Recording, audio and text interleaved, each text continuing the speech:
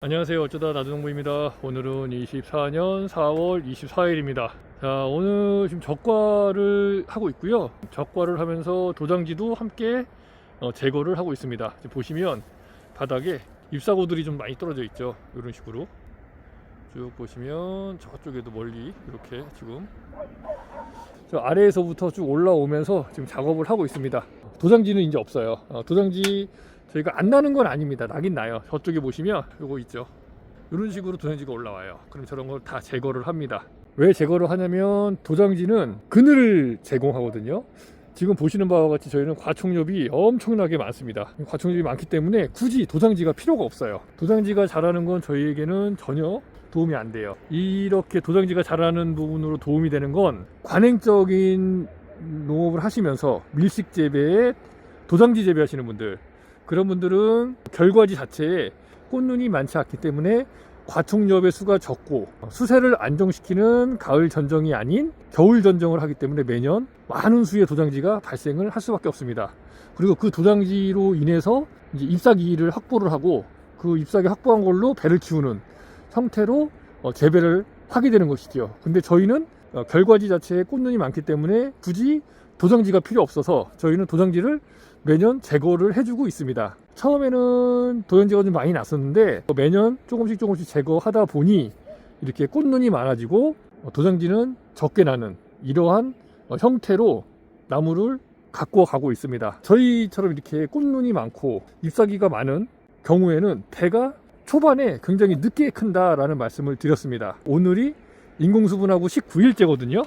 근데 19일째의 배 크기, 물론 큰 것도 있습니다. 큰 것도 있는데 보통적으로 보면 한 요 정도 돼요. 보세요. 제 엄지손보다도 작아요. 아직 지금 19일 됐는데 여기도 보시면 엄지손하고 비교해 보면 작죠. 그리고 어떤 배만 남겨놨는지 배 모양을 좀 유심히 봐주시면 좋을 것 같아요. 자, 이것도 보세요.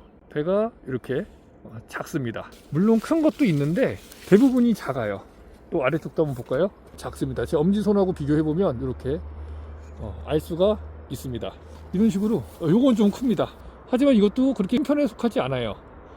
대부분이 다 그렇죠. 배가 특히 과총엽이 많은 결과지일수록 배가 더 작습니다. 초반에는 인공수분 하기 전부터 이제 꽃을 피우는 것부터 해가지고 이 배나무는 저장양분, 작년 가을에 저희는 추석 전에 배를 다 수확을 했습니다. 그래서 보통 9월 말 전에는 배가 하나도 없어요. 늦어도 10월 1일부터는 이 아이들이 광합성을 해서 양분을 모아요. 언제까지? 잎사귀가 떨어지기 전까지. 그게 한 달에서 한 달 반 돼요. 11월 초나 중순쯤 되면 아마 잎사귀가 노래지면서 떨어졌던 걸로 기억을 하거든요. 그 전까지 양분을 모읍니다. 그 양분을 가지고 인편을 밀어 올려서 꽃을 피우고 저희가 인공수분하면 수정이 되고 열매를 달고 잎사귀, 이 과총엽을 키우고 도장지도 키우고 보시면 여기 이 끝에 주지 끝에 지금 요게 도장지거든요. 이렇게 요 도장지뿐만 아니라 이 결과지에도 도장지를 키우고 그 자체가 잎사귀를 확보하기 위한 거죠.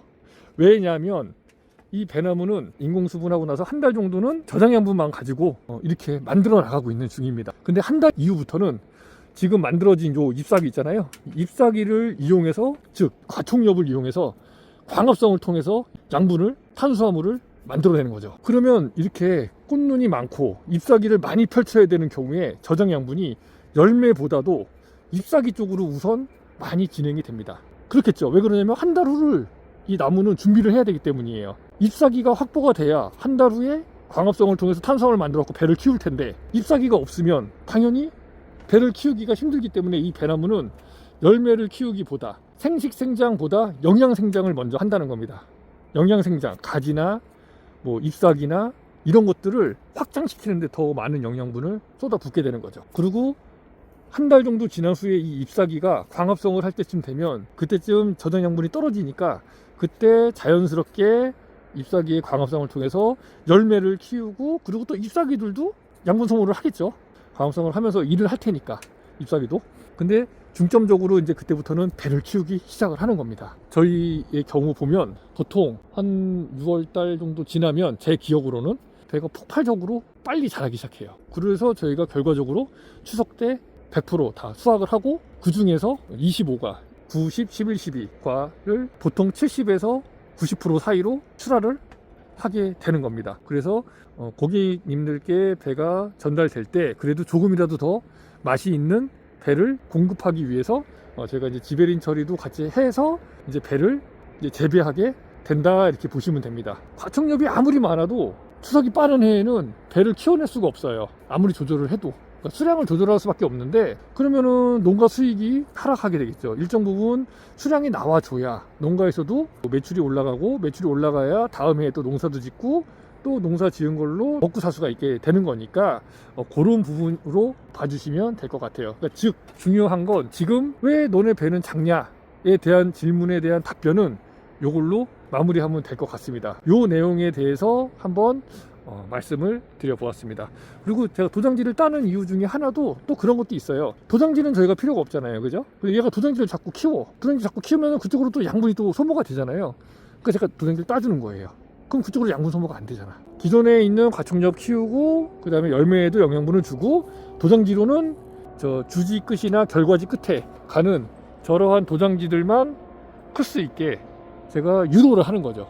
그리고 결과지에는 도장지가 필요가 없기 때문에 결과지에 나는 도장지들을 제거함으로 인해서 그쪽으로 공급이 되는 양분을 조금이라도 줄이자, 이제 이런 부분으로 보시면 될 것 같습니다. 이렇게 해서 한번 간략하게 저희 배가 왜 초반에는 작고 나중에는 결과적으로 추석 전에 배를 다 100% 수확을 할 수 있고, 또 25가 이상을 70에서 90%를 수확할 수 있는지에 대한 부분에 대해서 한번 종합적으로다가 말씀을 드려보았습니다. 벌써 많이 어두워졌습니다. 지금 방제하고 있네요.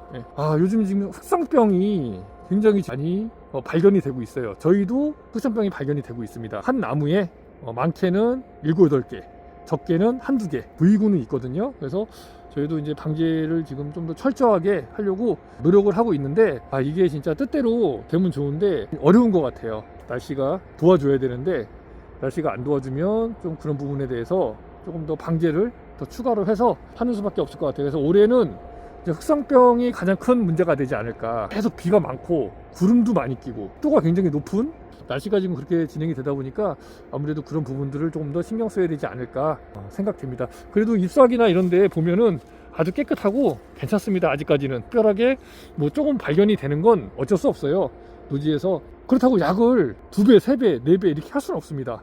그렇게 약을 많이 하면 첫 번째 문제가 뭐냐면 비용이 너무 많이 들어가요. 저희가 배를 팔아서 약값에 충전하면 끝이에요.